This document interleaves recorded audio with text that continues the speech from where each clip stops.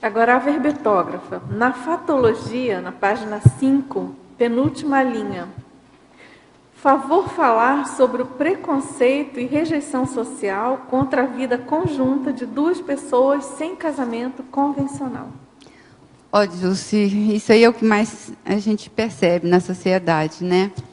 As pessoas pensam que o papel vale mais do que a relação que está acontecendo ali. Relação de carinho, de amor, de compreensão. E de duas pessoas ser felizes.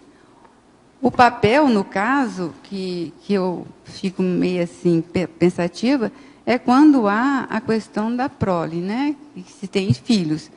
Mas, se não tem, que problema há das pessoas viverem juntas? Se elas estão vivendo juntas harmoniosamente bem, se elas se completam, para que o papel? Eu não, hoje em dia, eu já pensei muito, sabe, sobre isso. Hoje eu não concordo com essa rejeição social contra essas pessoas que vivem, essas duplas que vivem sem um contrato assinado. E aí também inclui a questão de ter filhos, né, Milce? Isso, a questão de ter fazendo filhos... Fazendo lato senso aí, o convencional, né? Outra pressão séria. Outra pressão séria. Que os casais sofrem, né?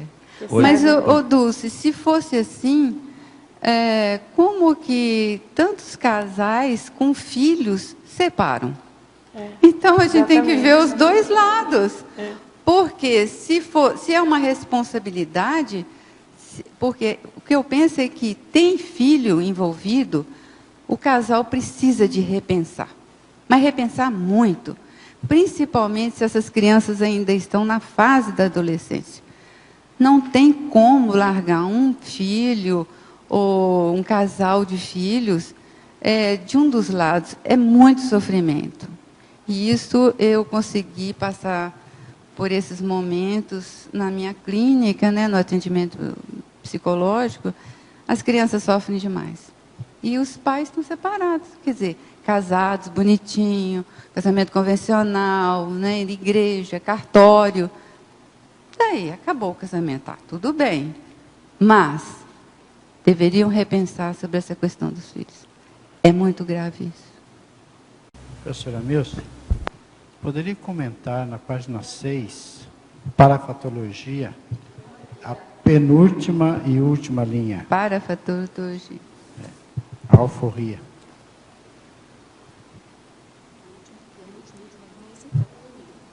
A alforria explicitada, escrita e concedida, é isso? Isso mesmo. Tá. Essa alforria explicitada, escrita e concedida às consciências interprisioneiras do âmbito das retrovidas do casal. Essa pergunta é muito interessante, mas essa questão veio a partir do momento que eu não conhecia a Conscienciologia ainda. Eu tinha sonhos muito evidentes, muito claros. E eu tive um sonho uma vez, que nós precisávamos de fazer uma assistência a grande número de pessoas. E aí eu fui a um lugar, a um terreno, com umas casas, um terreno muito assim, primitivo mesmo. Não tinha água, não tinha luz, mas com muita água. E eu fui e a minha dupla queria sempre ter uma fazenda no Triângulo Mineiro. Aí eu acordei pela manhã e falei com ele: olha, eu sonhei isso, mas nós não conhecíamos a Conscienciologia. Ele foi lá, comprou esse pedaço de terra. E quando eu fui lá, ao entrar, eu tive uma surpresa. Eu passei muito mal no início, bem na porta da entrada da fazenda. E como eu não conhecia nada de energia, não tinha nenhum esclarecimento sobre isso, eu, durante anos, fiquei tendo muita repercussão quando eu ia neste lugar. Depois que eu conheci a Conscienciologia, aí que eu comecei a perceber que aquilo ali, aquele local, era um local de muitos espíritos, vamos assim dizer.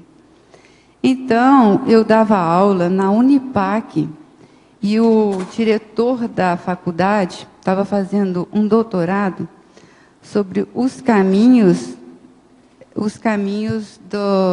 dos bandeirantes. A estrada é real. Então, um dia, ele me perguntou onde eu morava, eu dei para ele o número, do quilômetro e tal. Ele falou, Milce, você sabia que lá nessa fazenda sua, onde você tem essa fazenda, é um quilombo? Foi um quilombo? Eu falei assim, não sabia. Ele falou, olha, eu vou lá para estudar, posso? Tudo bem, ele foi lá, estudou, e aí era um quilombo do século XVII, e que tinha muitas consciências lá. Lá na porta tem uma igreja, tem um poção onde os escravos eram assassinados, vamos assim dizer, e tinham 3 cruzes. Aliás, tem, até hoje, 3 cruzes. Então, isso foi da época do quilombo, nesta fazenda. A partir daí, então, nós já éramos da Conscienciologia, nós começamos a pesquisar o que nós poderíamos fazer, porque os funcionários nossos, eles viam muito efeitos lá na fazenda, muitos efeitos. A luz apagava, depois que nós conseguimos luz para lá, muitos animais morriam, era um transtorno muito grande. Então, quando eu soube que lá era um quilombola, na Conscienciologia, conversando com o pessoal do Instituto e da Aracê, eles me falaram assim, olha, faz uma carta de euforia. Então, eu fiz uma carta de euforia, porque o Ari, às vezes, ligava para mim de madrugada, Milce, olha para você ver, estão varrendo aqui.